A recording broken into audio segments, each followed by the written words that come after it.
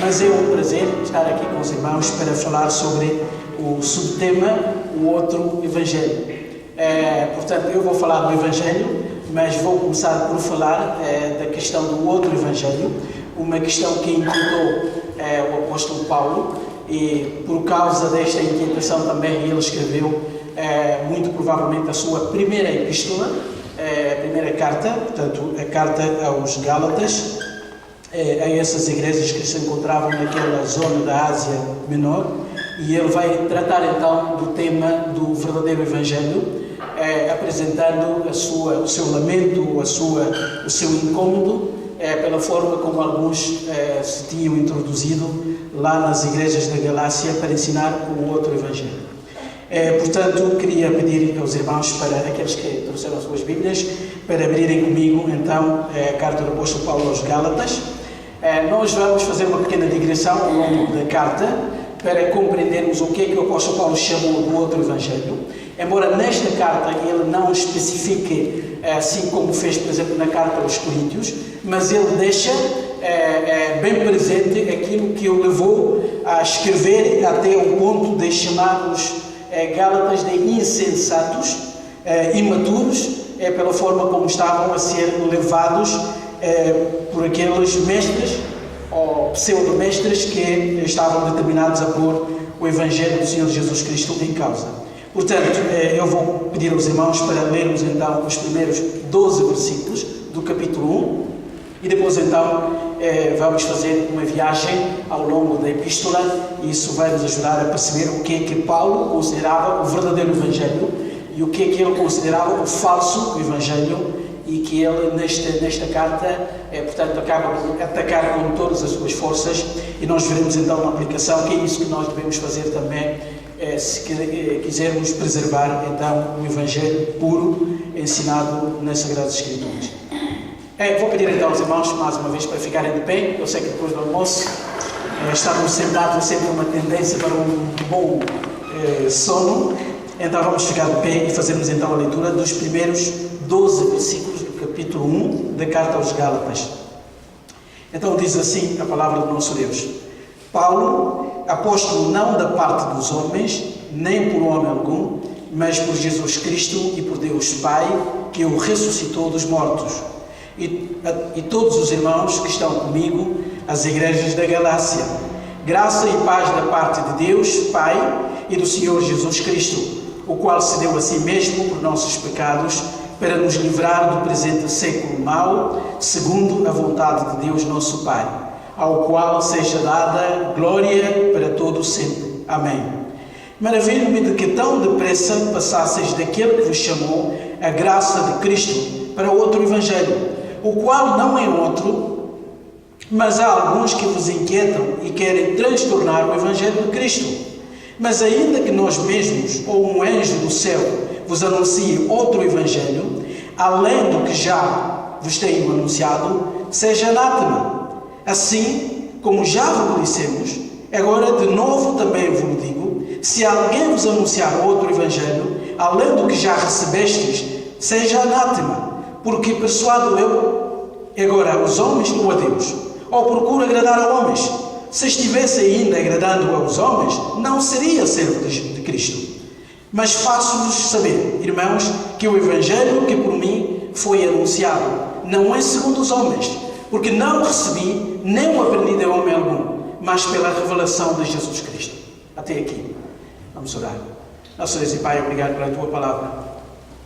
Obrigado porque Tu és um Deus que se revela.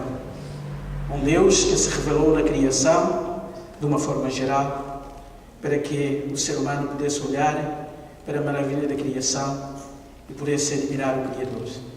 Mas também Tu és um Deus que se revelou de forma especial, através da Tua Palavra escrita. E mais ainda, és o Deus que se revelou na pessoa do Senhor Jesus Cristo, a Palavra encarnada. Ó Pai, nós suplicamos a influência do Espírito Santo, o ensino do Espírito Santo, para que neste momento as nossas mentes sejam alimentadas com a Tua Palavra. Esclarece-nos que nós queremos aprender o verdadeiro Evangelho, e esse verdadeiro Evangelho que está ensinado na Tua Palavra. Orienta-nos, ó Pai, É isso que nós pedimos e suplicamos em nome de Jesus. Amém. Pode sentar-se, irmãos. Nós temos estado aqui ao longo deste dia, passado bons momentos. Começámos por falar do verdadeiro Cristo, aquele que se levanta, o Cristo vivo. Não o Cristo que nós estamos acostumados a ver nas fotografias, nas imagens, um Cristo permanentemente pregado na cruz. Também nós não queremos naquela criança que nos é apresentado como a imagem mais suave do nosso Salvador. Sempre nas mãos da sua mãe, um pouco indefeso, aquela criança que quase que não pode fazer nada sozinho, a não ser estar nos braços e nos cuidados da sua mãe. Portanto, essas não são as duas imagens que a Bíblia nos apresenta sobre o Senhor Jesus Cristo.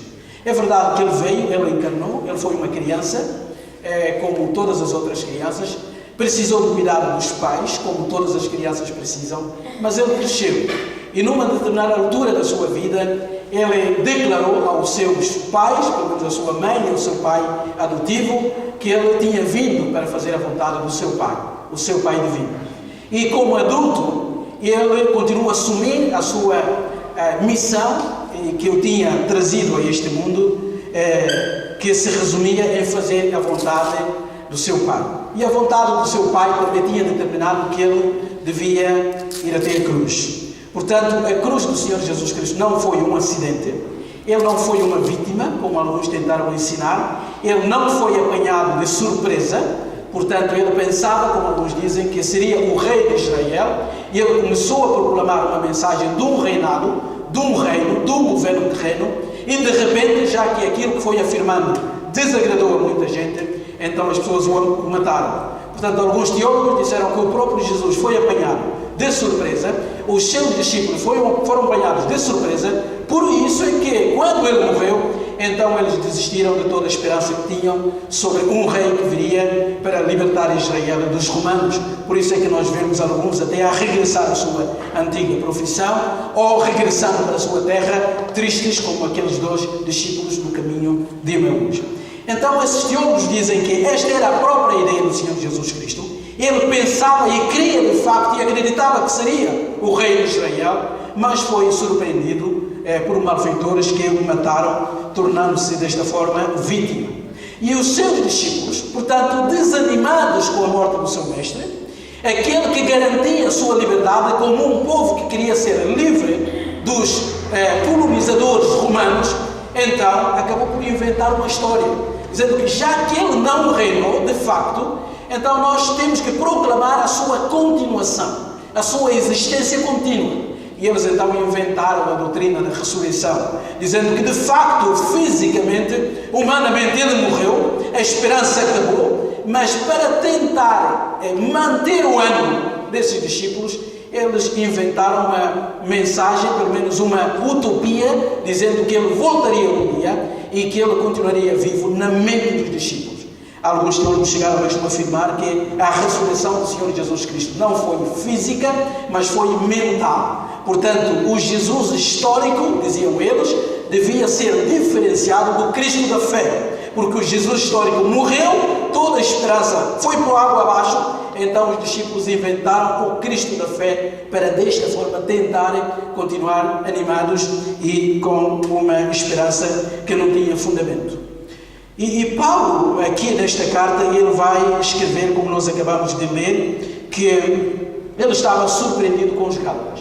Esta é uma das cartas mais bruscas que nós encontramos nos escritos do apóstolo Paulo. Normalmente, se nós lermos as cartas do apóstolo Paulo com cuidado, depois da sua apresentação, depois, portanto, da parte inicial das suas cartas, ele dá muitas graças a Deus, ele deseja paz e graça e misericórdia aos crentes aos quais ele dirige a sua carta, e normalmente o apóstolo Paulo faz um elogio. É isso que nós encontramos quase nas suas cartas todas. Ele faz um elogio, reconhece aquilo que está a acontecer naquela igreja, mesmo aquelas igrejas que ele não conhecia pessoalmente, mas tendo informação delas, então ele mencionava os aspectos positivos, e só depois de mencionar os aspectos positivos é que ele chegava muitas vezes a chamar a razão ou a corrigir algum erro doutrinário ou de conduta. Mas ele não faz isso nesta carta. É a única carta onde o apóstolo Paulo entra, como alguns dizem, quase a matar, quando ele escreve essa carta. E nós temos que deduzir que houve razões de sobra para ele, depois de dizer, ao qual, dirigindo-se a Deus, no versículo 5, ao qual seja dada glória para todos sempre, amém, e depois dizer, maravilho-me de que tão depressa passasses daquele que nos chamou a graça do Senhor Jesus Cristo para outro evangelho. Ele não menciona a vida dos Gálatas, não agradece a Deus pelas boas coisas que estavam a acontecer lá, como faz em outras cartas. Logo ele mostra a sua admiração e diz que esses discípulos, esses crentes, estavam a passar rapidamente daquele que os tinha chamado para um outro evangelho. Ele chama esse evangelho de heteroevangelho, portanto uma boa nova diferente. E depois no versículo 7 ele diz que o qual não é outro, mas que há alguns que vos inquietam e querem transtornar o evangelho de Cristo. Na minha versão diz transtornar, mas noutras versões diz perverter. E perverter é confundir. Portanto, tirar algo que é normal e mudá-la, não é? Entorcê-la. E esses judaizantes, um grupo de judeus que se tinha penetrado naquelas igrejas da Galácia e estava a provocar uma confusão tremenda. E os cristãos estavam a ver atônicos, estavam a ver perturbados, porque tinham aprendido alguma coisa do apóstolo Paulo, mas agora esses mestres chegaram e estavam a ensinar um outro evangelho. E quando Paulo soube que alguém estava a diluir a mensagem do evangelho, então ele escreve essa carta, uma carta muito dura. Talvez a dureza que nós encontramos nessa carta só a encontramos numa outra, na segunda carta que o apóstolo Paulo escreve aos Coríntios. Ali também encontramos uma linguagem forte e percebemos que muitas das razões para escrever aquela segunda carta eram as mesmas pelas quais ele escreveu essa carta aqui aos Gálatas, ou talvez o contrário, já que esta foi a primeira carta. E antes de refletirmos sobre esta carta e aquilo que Paulo chama aqui do outro evangelho, antes de apresentar o verdadeiro evangelho, convém dizer que, assim como nós aprendemos com o pastor Rogério hoje de manhã, que o nosso Cristo é um Cristo vitorioso. O que dá substância à fé cristã não é a fé em si. Os irmãos provavelmente já conversaram com muitas pessoas, tentando evangelizá-las, e elas responderam logo, no princípio, eu tenho a minha fé. Ou não quero outra religião, eu tenho a minha fé. E eu já encontrei pessoas que logo, quando se aperceberam de que eu queria falar alguma coisa relacionada com Deus, logo colocaram essa barreira para dizer, eu não sou ateu, portanto eu tenho a minha fé. E eu respeito isso, eu digo às pessoas, eu também não quero tirar a sua fé. Mas a minha pergunta que eu faço é que essa fé que essas pessoas têm, é fé em quem? Porque em termos da Bíblia, não é apenas a fé em si que é válida, mas o que valoriza a própria fé é o objeto dessa mesma fé. Ou seja, a fé é válida de acordo com a pessoa em quem se crê. Porque toda a gente, de certa forma, crê. Até alguém dizia, até o próprio ateu parece que é um crente. Porque se ele é ateu, ou seja, não acredita em Deus, então a pergunta é, em qual dos deuses é que ele não acredita? É porque tem que haver uma noção de Deus para ele rejeitar esse Deus ou não acreditar nesse mesmo Deus. Portanto, o facto da pessoa dizer que tem a sua fé não basta para encontrar a verdadeira resposta, não só para a verdadeira fé, mas também para o verdadeiro Evangelho. E o Cristo que nós cremos, o Cristo da Bíblia, é o Cristo que se levantou e que se apresentou lá na ilha de Patmos, diante do seu discípulo amado João, apresentando-se como aquele que tinha morrido de facto, mas que estava vivo porque tinha vencido a morte. E nós aprendemos de manhã e esta tarde com o pastor Alexandre de que o Deus desconhecido, apesar daquela aparente riqueza religiosa dos gregos, mas Paulo chegou lá e como ele tinha aquela capacidade pedagógica tremenda, ele apanhou exatamente aquele Deus desconhecido e a partir daquele tema ou daquela temática, ele então apresenta o Evangelho do Senhor Jesus Cristo, proclamando que existe um Deus que não foi criado pelos humanos, não precisa de estar nos templos construídos por seres humanos, mas um Deus que tudo criou e que um dia então irá julgar o mundo. Ele é um Deus misericordioso, paciente, deixou os pecados do passado, não porque ficasse indiferente, mas porque a sua misericórdia e a sua paciência foram reinando. Mas o apóstolo Paulo chama a atenção lá no fim daquele sermão. Ele estabeleceu um dia que há de julgar o mundo. Portanto, um dia a sua paciência vai chegar ao fim. E ele até já determinou alguém para servir de juiz neste dia, que é o seu Filho Jesus Cristo. E Paulo, para consolidar essa sua tese, diz que, e para provar que Jesus é o futuro juiz deste mundo, então Deus Pai o ressuscitou dos mortos, para provar que nem a morte, o último inimigo do ser humano, tinha poder sobre Jesus Cristo. Portanto, a ressurreição do Senhor Jesus Cristo, de certa forma, é uma confirmação de que Ele tem o poder de julgar o mundo. Então, um dia, Ele regressará para julgar o mundo. Por isso é que a mensagem sobre o Senhor Jesus Cristo era uma mensagem de suma importância na pregação do apóstolo Paulo. Qualquer coisinha que atrapalhasse aquela pregação pura do Evangelho, levava o apóstolo Paulo a reagir. Aliás, nós encontramos essa atitude dos apóstolos em toda a Bíblia. Como o pastor Rogério também mencionou aqui, uma das razões para se escrever a carta de Judas é exatamente esta. Não é aquela carta, lá perto da parte final da nossa Bíblia, diz que Judas se tinha preparado para escrever sobre a salvação. É como começa a epístola. Irmãos, eu refleti na minha vida e queria escrever sobre a salvação. Provavelmente queria escrever um grande tratado sobre a salvação. Mas algo ele ouviu que estava a acontecer. Ele diz que em vez de escrever essa mensagem, essa carta sobre a salvação, eu resolvi escrever sobre a fé, uma vez dada aos santos. E ali a noção de fé, ou a questão de fé, e como nós encontramos tanto nos escritos de Paulo, a fé muitas vezes também quer dizer o próprio conteúdo da fé. Ali quando ele diz que ele resolveu escrever sobre a fé uma vez dada por todos, ou a todos os santos, portanto ele estava a referir-se não só à capacidade de crer, porque já isso foi dado, mas o próprio conteúdo da fé. E toda aquela carta mostra exatamente a resposta de Judas diante daqueles falsos mestres que estavam a introduzir um ensino que diluía e corrompia e pervertia o verdadeiro Evangelho. De certa forma ele parou aquilo que tinha preparado para escrever com urgência. E o assunto da salvação é fundamental. E a pergunta é: por que Judas deixou o assunto da salvação para escrever sobre a fé? É que nem sempre as coisas, por mais importantes que sejam, muitas vezes nós temos que responder diante da urgência e da necessidade que as pessoas têm para ouvir a palavra de Deus. E Judas, no fundo, colocou alguma prioridade ali, porque queria atacar logo aquele problema que estava a corromper o Evangelho do Senhor Jesus Cristo. E a carta é muito interessante e a linguagem muito dura que Judas usa também na sua carta. Agora, a pergunta que fica aqui é que o que é que Paulo considerava o Evangelho?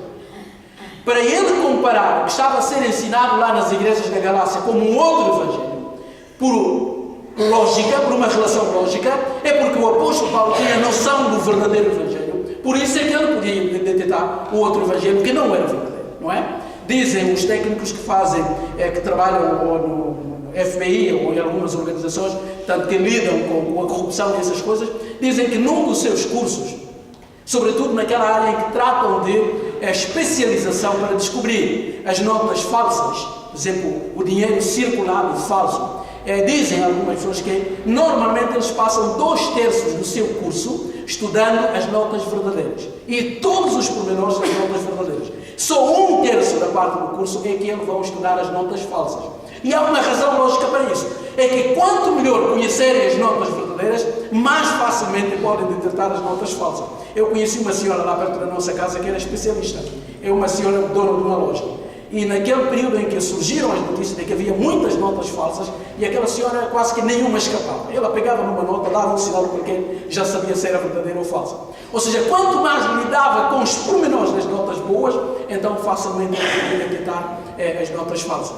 Portanto, essa é a ideia. O apóstolo Paulo detectou um evangelho que não estava de acordo com o ensino, não só dele, mas o ensino do próprio Senhor Jesus Cristo, porque ele conhecia muito bem o verdadeiro evangelho. Agora, eu queria convidar os irmãos, essa é a minha convicção. Para mim, para definir o Evangelho, eu encontro, numa outra carta que o apóstolo Paulo escreveu, o que ele considerava o conteúdo do Evangelho.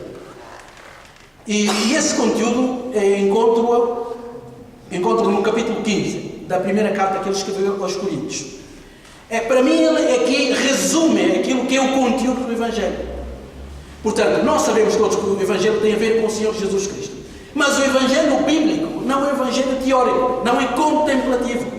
É um Evangelho prático. Portanto, a fé cristã assenta em bases sólidas.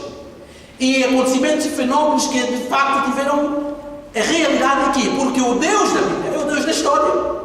Ele não é um Deus contemplado, não é um Deus de meditações transcendentais, como alguns dizem. Não, é um Deus que sempre agiu, interveio na história, manifestou-se na história, usou homens e mulheres e falou na história, incluindo e enviou o seu Filho unigênito para encarnar e fazer-se parte dessa história.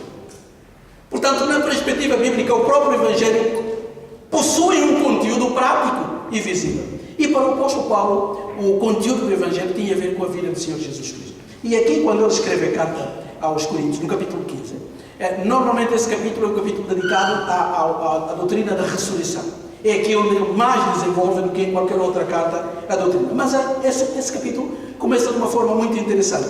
E eu vou ler aqui, capítulo 15 da primeira carta aos Coríntios, diz assim: também vos notifico, irmãos, o Evangelho que já vos tenho anunciado, o qual também recebestes, e no qual também permaneceis, pelo qual também sois salvos, se o retiverdes, tal como vos tenho anunciado, senão em que credes em vão. Vejam aqui a estrutura gramatical. A mente do apóstolo era uma mente muito trabalhada, uma mente bem organizada, bem estruturada, e ainda por cima inspirada pelo Espírito Santo. E ele diz: esse Evangelho é o Evangelho o qual eles tinham recebido, os coríntios, no qual estavam a permanecer. Portanto, não basta receber a fé pelo Evangelho e depois viver fora do Evangelho. Portanto, tem que se permanecer dentro do Evangelho. E ele diz: pelo qual também sois salvos, se o retiverdes, como eu vos anunciei. Portanto, o apóstolo Paulo está a dizer aqui: a pureza do Evangelho deve ser recebida no momento em que a pessoa aceita Jesus na sua vida e se entrega a Ele através desse anúncio, mas também a sua fé deve ser vivida dentro dos parâmetros desse verdadeiro Evangelho. Portanto, é esse verdadeiro Evangelho que se torna o crivo para avaliar a verdadeira da falsa fé. Então, em que consistia esse Evangelho? Então o apóstolo Paulo explica. Versículo 3. Porque primeiramente vos entreguei o que também recebi. E aqui começa então a dizer o que é que faz parte, qual é o conteúdo do Evangelho. O que é que ele tinha recebido e que tinha dado aos coríntios? Ele diz que Cristo morreu por nossos pecados, segundo as Escrituras. Portanto, para Paulo, uma das partes daquilo que constitui o conteúdo do Evangelho é a morte do Senhor Jesus Cristo. Ele morreu, e aliás ele dá a causa dessa morte, ou a razão pela qual ele morreu. Ele morreu pelos nossos pecados, ou seja, por causa dos nossos pecados. E há uma razão lógica aqui. Porque alguém só podia morrer como consequência de pecado, não é? A morte é a consequência do pecado. Quem pecar, irá morrer. E a Bíblia afirma que Jesus não pecou. E a pergunta que fica, como um jovem fez um dia, é que por que Jesus morreu? Se ele nunca pecou, se a morte é a consequência do pecado, então como fazer a relação entre um homem que nunca pecou e a sua morte? E Paulo responde aqui: ele morreu pelos nossos pecados. E mais, ele avança: e que foi sepultado e ressuscitou ao terceiro dia, segundo as Escrituras. Portanto, para Paulo, o Evangelho, de certa forma, resumia-se nessas verdades da vida, da morte do Senhor Jesus Cristo, mas também da sua vitória sobre a morte. Esse era o conteúdo do apóstolo Paulo. E tudo isso fundamentado nas Escrituras. Portanto, agora voltando para a carta aos Gálatas, quando ele escreve que aqueles perturbadores, aqueles judaizantes estavam a introduzir um outro Evangelho, significa que eles estavam a colocar um elemento a mais em relação a esse Evangelho que o apóstolo Paulo ensinava. Bom, o nosso Deus é um Deus que nós afirmamos que Deus existe, mas temos que fazer uma viagem mental até o conceito semítico. Os judeus não usavam muito essa palavra Deus existe, até pela forma como o próprio Deus se apresentou a Moisés. Eles preferiam dizer Deus é. E quando nós pensamos no próprio nome pelo qual Deus se revelou a Moisés, encontramos exatamente a noção desse ser de Deus. Quando ele disse a Moisés: vai e diga aos filhos de Israel, aquele que me mandou, ou eu sou o que sou me mandou, embora isso soe mal em termos gramaticais, o que Deus estava a dizer naquela altura é que Ele é o eterno eu sou. Por isso é que às vezes as traduções dizem Ele era, Ele é e Ele será. Portanto, a ideia é que esse Deus da aliança é o Deus que está fora do tempo. É essa a sua natureza. Tudo o que existe começou um dia a existir, mas Deus é aquele que sempre existiu, ou que sempre foi por toda a eternidade. Portanto, o conceito do próprio tempo é um conceito estabelecido quando as mudanças começaram a acontecer. Quando Deus criou a primeira criatura, e, como dizem os físicos, só temos a noção de tempo por causa de mudanças. Sem mudança não há noção de tempo. Portanto, o conceito de tempo só entrou quando houve seres criados que mudam. Mas como Deus existiu antes dessas mudanças e Ele nunca muda em seu caráter e em sua pessoa, então a noção de tempo fica fora, digamos assim, do conceito de Deus. Por isso é que Ele achou suficiente apresentar-se como Yahweh, como eu sou. Vai e diga isso. É esse Deus que me mandou. Portanto, essa é a noção bíblica desse Deus. Só que esse Deus é um Deus também que se revela. E graças a Deus por isso. Porque um Deus tão grande como o Deus da Bíblia, se Ele não se revelasse aos humanos, era impossível a um ser humano compreender, nem sequer conhecer o próprio Deus. E nós damos graças a Deus porque Ele se revelou. Ele deixou-se conhecer, não é? Aos humanos, às criaturas, para que, portanto, a sua relação pudesse estabelecer-se. É assim que aceitamos que Ele apareceu lá no Jardim do Éden, quando criou o ser humano à sua imagem e semelhança. Ele apareceu a eles, usando os métodos que só Ele tem, portanto, diante de Adão e de Eva, para se apresentar como o seu Deus. E é sempre essa atitude do nosso Deus. Ele é o primeiro a se revelar à sua criatura, porque Ele é tão grande que se Ele não se revelasse, nenhum ser criado seria capaz por si mesmo de descobrir esse mesmo Deus. Agora, o problema que se coloca para nós é este. Se esse Deus é um Deus santo, puro, sublime, e nós como seres humanos, e nós não conhecemos o ser humano como ele foi criado, porque nós já somos pecadores, herdamos a natureza pecaminosa, portanto há uma diferença e há um limite para o conhecimento verdadeiro do verdadeiro Deus, e o pecado que existe na nossa vida nos separa desse Deus santo e puro e que se revela. E a pergunta fundamental que sobra é esta: como é que um ser humano pode ser justo diante de Deus? Como é que um ser humano pecador, com falhas, com manchas na sua vida, pode estar diante de um Deus pecador? Essa é uma boa discussão, também em termos cristãos, mas também em relação àquelas pessoas que professam uma religião diferente. Eu tinha muitas conversas muito interessantes com um amigo meu, muçulmano, e aliás essa é uma boa fórmula para trabalhar com pessoas muçulmanas. E é nesse ponto que o Evangelho tocava aquele homem. Porque ele reconhecia como religioso. Ele dizia: eu não sou ateu, eu acredito num Deus único, que criou o universo, etc, etc, etc, e que se chama Allah. E se alguém nos apresenta um Deus assim, nós quase que ficamos sem defesa, não é? Porque ele crê num Deus, ainda por cima, num único Deus, criador do céu e da terra e de tudo que existe, é praticamente o nosso Deus. Mas a questão que eu colocava sempre era esta: como é que tu entrarás numa boa relação com esse Allah? Tu deste-me as características desse Allah, como santo, como puro, como totalmente diferente. Como é que tu me garantes que depois da tua morte há um paraíso que te espera, com todos os privilégios, para partilhar a vida com esse Allah? E é aqui onde encontramos a quebra. E antes que ele me respondesse, ele já dava a minha resposta. Eu também acredito num Deus puro, santo, criador, o único criador de tudo que existe, mas que é diferente de tudo que criou. Ele também é santo e puro, e eu sou pecador. Mas a Bíblia diz: como é que eu posso entrar numa boa relação com esse Deus? Essa é uma resposta que eles não têm. E ele não era capaz de me dizer que eu apresentava-me as obras, as viagens que devia fazer a Meca, as orações por dias, as esmolas que devia dar aos pobres, etc, etc. E eu perguntava: mesmo assim, lá no fundo do teu coração, tu continuas a sentir pecador? Porque há falhas na sua vida? Sim. Então tens que me explicar como é que esse Allah vai perdoar tudo isso, apesar das boas obras. E ali eu tentava mostrar-lhe que a Bíblia dá-nos uma solução, que alguém estabeleceu essa relação entre o Deus Santo e o homem pecador. Portanto, diante dessa pergunta, que quando é bem refletida, ela traz consigo algum conflito, alguma crise existencial, nós encontramos essa crise já em Jó. No livro de Jó, no capítulo 9, no capítulo 15 e no capítulo 25, Jó coloca essa pergunta. Não é? É muito interessante essa pergunta que Jó faz. Como é que um ser humano, ou um homem, nascido de mulher e nascido... já que os irmãos estão ali com as Bíblias, vou aproveitar para dizer, vamos abrir Jó capítulo 9.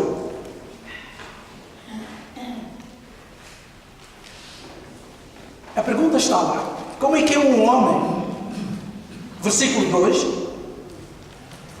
diz então Jó: na verdade sei que assim é, Porque como se justificaria o homem perante ou para com Deus? Ele defendeu-se dos seus amigos, etc. Ele disse, mas eu tenho uma noção de que um homem não é capaz de se colocar diante de Deus como juiz e tentar justificar-se. Como é que o homem pode ser justificado diante de Deus? E ele repete a mesma inquietação no capítulo 15, versículo 14. E depois também no capítulo 25, versículo 4. E esta é a grande questão. E que tem a ver até com o próprio Evangelho. Essa linguagem preferível ou preferencial do apóstolo Paulo. Tanto quando escreve aqui, como quando escreve a sua carta aos Romanos. E aqui entra necessariamente a doutrina da justificação. Eu sei que na próxima conferência lá em Beja vai-se falar da justificação, mas eu não podia fugir do tema, porque aqui na carta aos Gálatas, o que o apóstolo Paulo está a tratar, em toda a carta, tem a ver exatamente com esse assunto da justificação. Sobretudo, quais são os meios da justificação. Porquê? Porque aqueles judaizantes não negavam totalmente que as pessoas eram salvas pela obra e pelo sacrifício do Senhor Jesus Cristo. Este não era o problema. Não encontramos provas bíblicas de que eles recusassem a salvação através do Senhor Jesus Cristo. O que estava a acontecer aqui é que eles estavam a acrescentar mais alguma coisa. Essa é a técnica que se usa. Em vez de fazer uma negação total, faça a negação em partes e inclui-se outros elementos que acabam necessariamente por diluir o próprio Evangelho. E como base nessa doutrina da justificação, é onde de facto nós podemos decidir, ou pelo menos dividir, um Evangelho genuíno daquele que é corrompido, ou um Evangelho autêntico daquele que é sintético, ou um Evangelho verdadeiro daquele que é falso. É que normalmente o Evangelho corrompido, sintético e falso é aquele Evangelho que, para além da obra do Senhor Jesus Cristo, acrescenta mais qualquer coisa. E é isso que o apóstolo Paulo não permitia. Para ele, totalmente o Evangelho era dedicado ou tinha a ver com a obra que Cristo realizou na cruz. Então, quando ele ouvia que era preciso alguma prática da lei para se acrescentar aquilo que Cristo fez na cruz, isso mexia com a pessoa do apóstolo Paulo. E seja quem for que afirmasse isso, ele era objeto de palavras duras do apóstolo Paulo. Por isso é que nesse texto que nós lemos, ele diz, mesmo que um anjo do céu, aquele ser extraordinário, espiritual, magnífico, aparecesse e ensinasse um outro evangelho, ele devia ser declarado amaldiçoado, anátema. E Paulo diz, mesmo nós, é como se ele dissesse, olha, eu já vos ensino o evangelho, mas se eu voltasse lá para a igreja da Galácia e ensinasse uma outra coisa, além daquilo que tinha ensinado pela primeira vez, eu próprio incluo naquele grupo dos anátemas. Para Paulo essa era uma questão de vida ou de morte. Por isso é que Martinho Lutero disse que a doutrina bíblica da justificação pela fé somente é aquele princípio e aquele artigo pelo qual uma igreja se mantém de pé ou cai. Qualquer outro elemento que seja acrescentado à doutrina da justificação somente pela fé, então é uma negação completa do Evangelho de Cristo. E nenhuma igreja pode persistir sendo bíblico e seguindo fielmente os ensinos de Jesus Cristo, se ela acrescentar uma outra verdade, a não ser esta que o apóstolo Paulo ensina. Agora eu queria avançar um pouco com os irmãos para dizer assim, o que é isso justificar? Eu queria também abordar um pouco essa questão até para chegarmos ao problema que o apóstolo Paulo estava a querer resolver aqui. Justificar não é fazer alguém justo. Os irmãos devem ter lido alguns livros, e eu tenho também, de teologia, que confundem justificação com santificação. Os nossos irmãos da Reforma fizeram uma luta tremenda para diferenciar essas duas verdades. Santificação tem a ver com aquilo que é feito no meu interior. Ou seja, é Deus lidando com a minha corrupção. E o Espírito Santo continuando a operar a sua obra de transformação para que mais e mais eu pareça a imagem do Senhor Jesus Cristo. Essa é uma obra interna. Ou seja, é um processo contínuo que o Espírito vai realizando. Mas a justificação não é um processo. Nunca a Bíblia o apresenta como um processo contínuo. É um ato único e pontual. E tem a ver, ele não trata diretamente com a corrupção, mas trata com a culpa. Portanto, segundo a perspectiva bíblica, e é isso que Martinho Lutero entendeu, e todos os outros reformadores, a justificação tem a ver com a declaração que Deus faz sobre o pecador. Ainda por cima ele justifica o ímpio. Ou seja, no momento da declaração, a pessoa ainda não fez um trabalho interior de autotransformação. Mas apenas pela resposta na obra de Cristo, Deus o declara declara como justo. E há alguns textos bíblicos, só vamos ler 3 aqui, que mostram plena e cabalmente que essa doutrina não tem a ver com, portanto, a santificação. E eu vou pedir então aos irmãos para abrirem rapidamente Êxodo capítulo 23, segundo livro da Bíblia, portanto, Êxodo capítulo 23, verso 7, diz assim: de palavras de falsidade te afastarás. Agora vejam essa segunda parte. E não matarás o inocente e o justo, porque não justificarei o ímpio. Ora, se justificar é tornar alguém bom, justo, então esse versículo é contraditório, não é? Como é que Deus não deseja justificar o ímpio? Então essa é a esperança do ímpio. Mas aqui a ideia é exatamente: eu não declararei, não é, ímpio como justo. Se ele é ímpio, eu vou declará-lo como ímpio. Eu não vou fazer uma troca, e ninguém pode fazer isso. É contrário à boa justiça. Agora, uma outra passagem que ainda esclarece esse tema: Deuteronômio capítulo 25. Deuteronômio capítulo 25.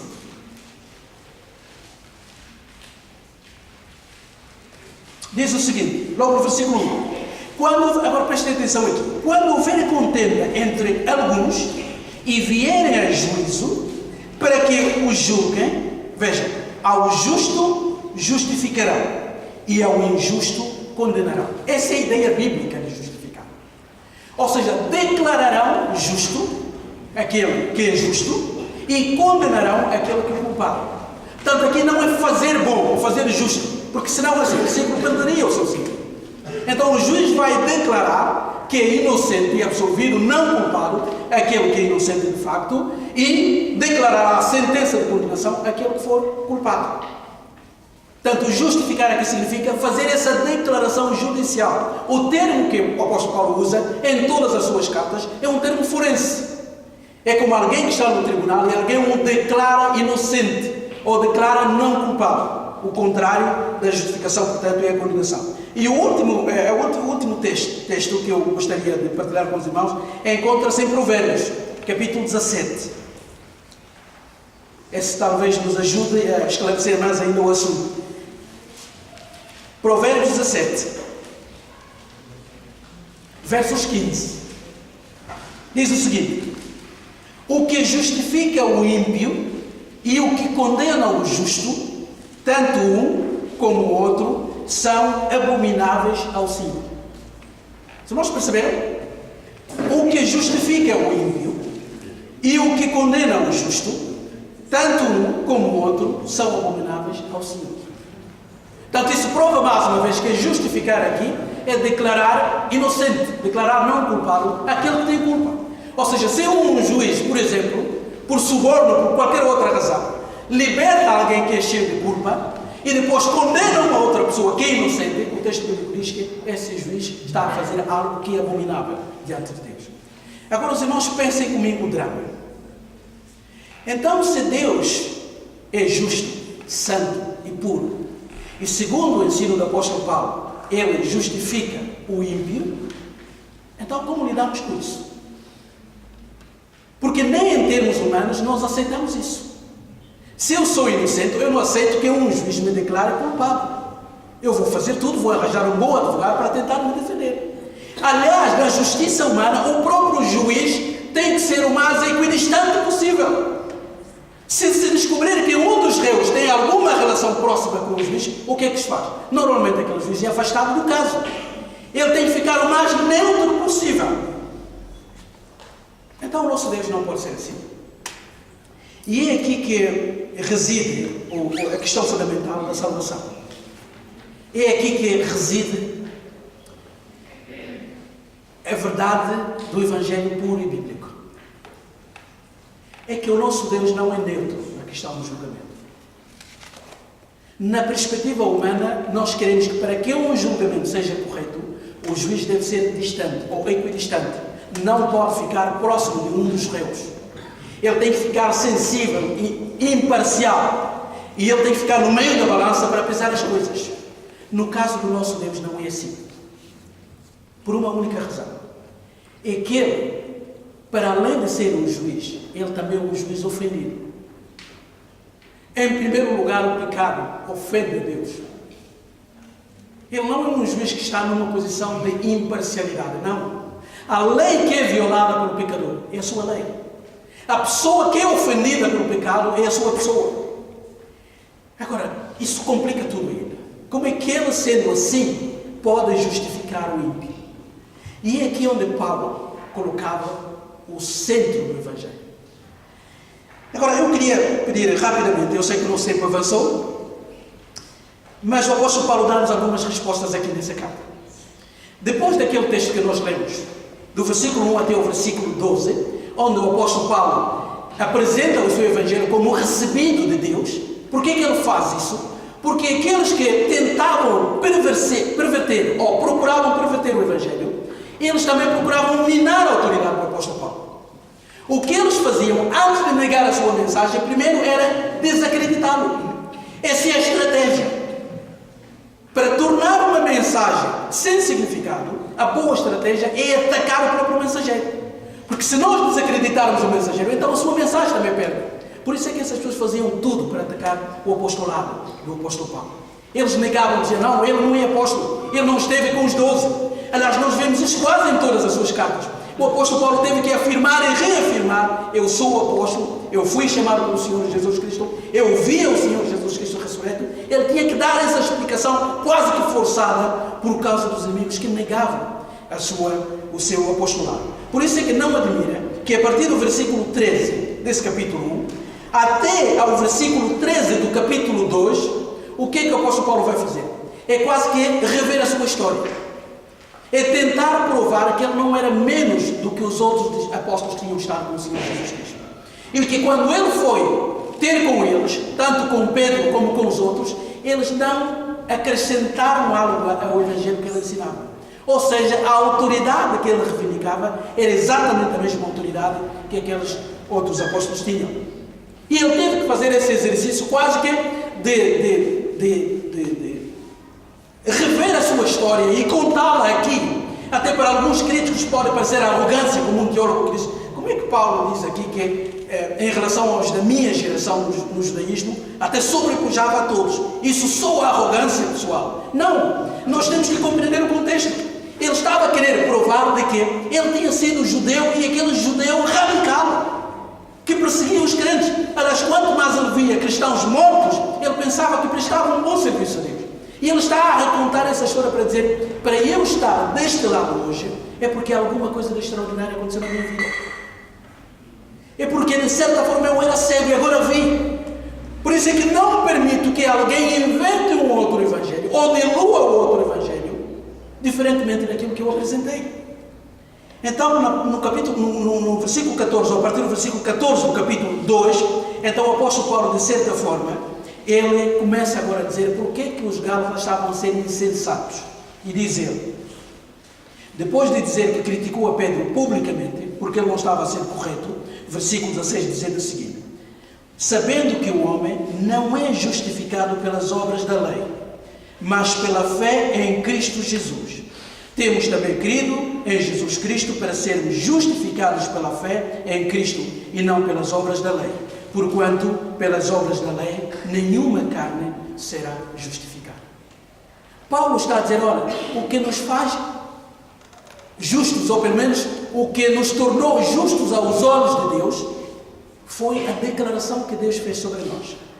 E se Deus é justo e puro, e nós éramos impuros, ou somos impuros, mas mesmo assim Deus declarou-nos justos, então houve uma causa para a nossa justificação. E a causa da nossa justificação não é a fé, é a justiça de Cristo. Eu queria chamar a atenção aqui para um problema teológico também que provoca confusão. A fé não é a causa da nossa justificação. Em nenhum texto bíblico isso é afirmado. A fé não é a base da nossa justificação, nunca foi. A fé é o meio pelo qual Deus nos declara justos. Mas a base da nossa justificação é a justiça de Cristo. E aqui onde estabelecemos como é que um Deus santo, puro, bom, um justo, um juiz reto, pode justificar um ímpio. É porque o seu Filho justo pagou na cruz a minha culpa. É isso que eu disse àquele muçulmano. Tu não tens resposta, eu tenho. Eu não sou melhor do que tu. Eu também tenho a noção de que sou pecador. Mas a única razão que me dá a certeza de que um dia eu viverei diante de um Deus Santo é porque o seu Filho Santo morreu em meu lugar. E Deus, como Deus Santo e Justo, que não fecha os olhos diante do pecado, diz o profeta Isaías, ele descarregou sobre o seu Filho a sua ira, a sua justa indignação. Para quê? Para que eu, como ímpio, fosse poupado. E por meio da fé, Deus olhasse para mim, através da justiça, através dos olhos com que olha o seu Filho unigênito. É o que Paulo está a dizer aqui. Ele está a dizer a esses mestres, não acrescentem nada. Isso é anular a cruz. É que nós somos justificados apenas pela fé. Ou seja, a fé é o meio instrumental, por excelência, que Deus estabeleceu para que o pecador fosse declarado justo. A base dessa justificação é a justiça de Cristo. É Ele que cumpriu toda a lei. E é Ele que pagou a penalidade da morte também. Por isso a justiça de Deus só me chega a mim pela fé. Portanto, a fé não é a base, não é a causa da nossa justiça, mas Ele é o meio pelo qual nós recebemos a justiça. É como alguém uma vez exemplificou. Ele diz que o que faz com que uma lâmpada fique acesa, o gerador não é o cabo elétrico. Ou seja, fazendo uma comparação aqui, a causa da nossa justificação, a causa, o que gera a eletricidade é o gerador. Mas a lâmpada se acende por causa do cabo que chega até a lâmpada. Mas o cabo em si não é a fonte da energia. É apenas um instrumento que conduz os eletrões para que aquela lâmpada fique acesa. Então é assim que funciona a fé. A fé é o meio, por isso que Paulo diz que nós somos justificados pela graça mediante a fé. Ou seja, nossa salvação tem sempre a ver com a graça de Deus e nos méritos do Senhor Jesus Cristo. Só que isso chega à nossa vida através da fé. E o que é a fé nesse caso? A fé é apenas uma mão vazia que clama diante de Deus para que Ele então derrame o seu perdão e a sua graça sobre nós.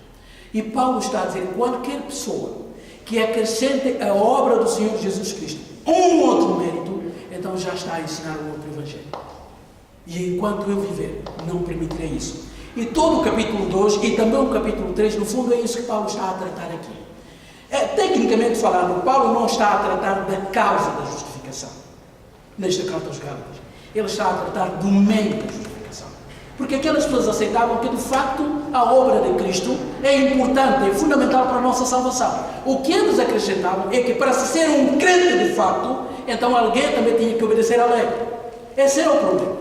E para o apóstolo Paulo, portanto, a fé para esses mestres já não era suficiente para ser o receptáculo, digamos assim, da graça de Deus. Era preciso que alguém cumprisse as obras da lei para ser merecedor dessa justificação. É isso que Paulo condenava. E é isso que nós devemos condenar também nos nossos dias. E eu queria chegar à parte final desta meditação, desta preleção. Queria dizer aos irmãos que naquele tempo as pessoas que procuraram ensinar um outro evangelho usaram uma estratégia.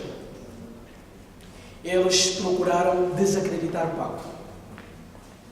Atacaram o seu apostolado, fizeram muitas críticas sobre a sua pessoa, disseram que ele não era um apóstolo qualificado como os outros, e Paulo fez questão de mostrar que o evangelho que eles pregavam, quando ele o partilhou diante dos apóstolos que estavam em Jerusalém, eles acharam que ele estava a ensinar exatamente o que eles tinham ensinado também. Mas essa foi a estratégia. Nós não somos apóstolos, no sentido restrito do termo, mas nós também enfrentamos algumas dificuldades hoje. E os inimigos que procuraram atrapalhar a vida do apóstolo Paulo e desta forma desacreditar a sua mensagem, continuam também nos nossos dias. E toda a inclinação da teologia liberal e toda a valorização que tem acontecido nas nossas igrejas, onde as pessoas falam mais das suas experiências pessoais do que do Senhor Jesus Cristo, essas tendências têm o mesmo alvo: desvalorizar a obra que Cristo fez na cruz e, sobretudo, acrescentar outros meios para além da fé, para que nós fôssemos justificados diante de Deus. Portanto, o desafio que Paulo teve naquele tempo para escrever essa carta, numa linguagem um pouco revestida, mas continua a ser o desafio também para a igreja do nosso tempo. E eu não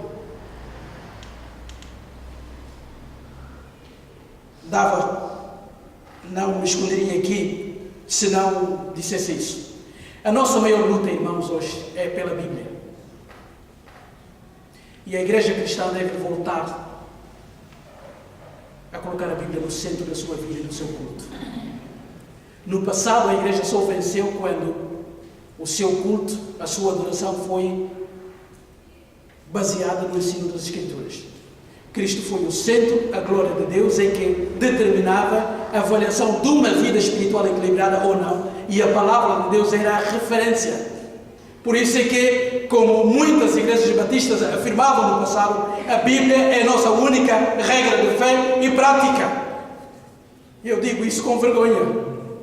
Mas não sei se hoje em dia é possível que todas as igrejas continuem a fazer a mesma afirmação. Que a Bíblia é a única regra, é o único parâmetro. É o único padrão para o nosso ensino sobre a matéria de fé, mas também sobre a matéria de conduta. A nossa luta é pela Bíblia. Porque muitos sabem que se esse livro perder a sua autoridade, então tudo se torna discutível e relativo. Os irmãos provavelmente já participaram em muitos debates teológicos. Sempre que a autoridade da Bíblia é posta em causa, então tudo vale, dependendo de votos e de maiorias. Portanto, a estratégia de Satanás não mudou. Os inimigos de Paulo procuravam, primeiro, colocar em causa a autoridade, a sua autoridade apostólica, e depois para atacarem a sua doutrina, o verdadeiro Evangelho. E a mesma coisa continua a acontecer hoje. As pessoas procuram denegrir a Bíblia, dizer que é um livro ultrapassado. Há coisas que foram escritas numa cultura machista, reduzida, que não conhecia a ciência como nós o conhecemos. Portanto, não vale a pena olhar para a Bíblia e encontrar nele o padrão da nossa vida. Mas temos que viver como cidadãos do nosso tempo.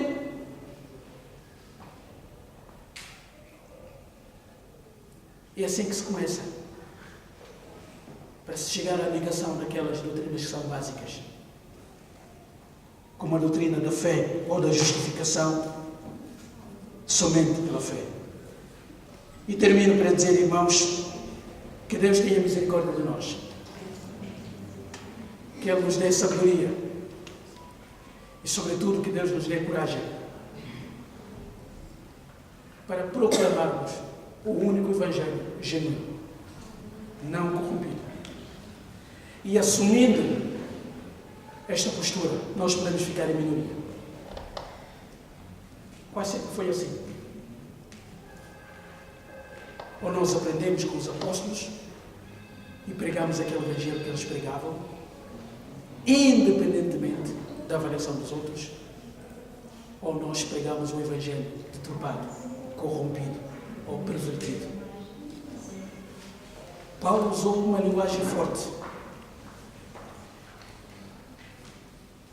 E termino para dizer que um dia, discutindo com o irmão, e ele dizia-me: irmão, há algumas questões que não são muito importantes. E ali a opinião de cada um tem a sua validade. E em certo sentido eu concordo. Que há questões que não são fundamentais. Nós podemos suportar as diferenças. A minha única questão lógica é esta. É que muitas vezes essas questões pequenas podem ser de facto pequenas, mas podem afetar questões grandes. É o que aconteceu no tempo de Paulo. Os irmãos sabem o que é que o apóstolo Paulo escreveu sobre a circuncisão, que muitos judeus antes valorizavam. Paulo chegou a escrever, mesmo nessa carta aos Gálatas, que em Cristo Jesus nem a circuncisão, nem a incircuncisão é coisa alguma. O importante é a fé, que ganha a sua vida no amor. Quer dizer, podemos dizer que para o apóstolo Paulo, essa questão de circuncisão ou incircuncisão, apesar de ser um judeu, não determinava a espiritualidade de alguém. Portanto, era um assunto de pormenor. Agora, os irmãos sabem como é que ele reagiu Quando esses judaizantes disseram que para se ser um verdadeiro crente é preciso que o gentio seja circuncidado, aquela questão que parecia menos importante tornou-se importante. Por quê? Porque essa questão menos importante estava a tocar no nervo central do Evangelho. E Paulo não permitiu isso. Disse, mesmo a Tito eu permiti que fosse circuncidado. Sendo ele gentio, eu não permiti que qualquer irmão afetasse a nossa liberdade cristã. Eu só fiz isso com Timóteo, porque Timóteo era filho misto, de certa forma. Tinha uma mãe judia. Então, para evitar os problemas, ele foi circuncidado. Mas eu não permiti que isso acontecesse com Tito. Porque eu não permito que muitos irmãos, ou pelo menos pseudo-irmãos, como ele os chama, afetem a nossa liberdade em Cristo. E qualquer doutrina que acrescente mais alguma coisa em termos de meios para sermos justificados, essa doutrina é falsa. Esse evangelho é pervertido, é diluído. Esse evangelho não é autêntico, é sintético. Que Deus dê graça, nos ajude. E para os amigos que estão aqui, que ainda não têm um compromisso com Cristo, talvez tenham dúvidas, talvez estejam a pensar numa religião melhor, talvez estejam aqui essa tarde com alguma curiosidade para ouvir o que vai ser dito. Eu tenho uma palavra de esperança. A única verdade sobre a nossa relação com Deus, a única verdade para nós pecadores estarmos diante de um Deus santo e puro, é aquela que ensina que Cristo fez tudo na cruz. E o que nós precisamos para ter uma boa relação com esse Deus não são o cumprimento de promessas, não são o número de orações que nós fazemos por dia. É simplesmente depositar fé e confiança na obra que Cristo realizou na cruz. A fé é o único meio para que o Deus Santo declare pecadores como eu justificados. E é com base na justiça de Cristo que eu tenho a plena certeza de que, partindo desta vida, eu vou estar com Deus 3 vezes santo. Não porque eu mereça alguma coisa, mas o seu Filho, o único justo, que morreu na cruz, que cumpriu a lei, é Ele que se tornou um intermediário entre mim e meu Deus. Ao nosso Deus toda a honra, toda a glória. Vale a pena batalhar pela verdade bíblica. O único Evangelho é aquele que declara pecadores justificados pela graça de Deus, mediante a fé, somente. Amém. Ó Pai do céu, obrigado pelo teu grande amor por nós. Obrigado pela tua graça, ó Santo Deus. Obrigado por aquilo que o Senhor Jesus Cristo fez na cruz por nós. Obrigado pela fé, essa mesma capacidade de crer que também é um dom que vem de Ti. Oh, ajuda-nos a descansar nessa mesma verdade, Pai. Não permita que a nossa proclamação do Evangelho acrescente mais um elemento, a não ser aquele que foi realizado por Cristo na cruz. Ó Pai, se estiver aqui alguém esta tarde, um homem ou uma mulher, que ainda tenha dúvidas sobre a sua salvação, que ainda não saiba o que é necessário para ter uma boa relação contigo, ó Pai, que hoje seja o dia da salvação, que o seu coração seja alcançado pela Tua graça e possa sair daqui mais alegre do que entrou, sendo filho de Deus, sendo declarado justo por Ti. É no nome do Senhor Jesus Cristo que tudo isso eu te peço e te agradeço. Amém.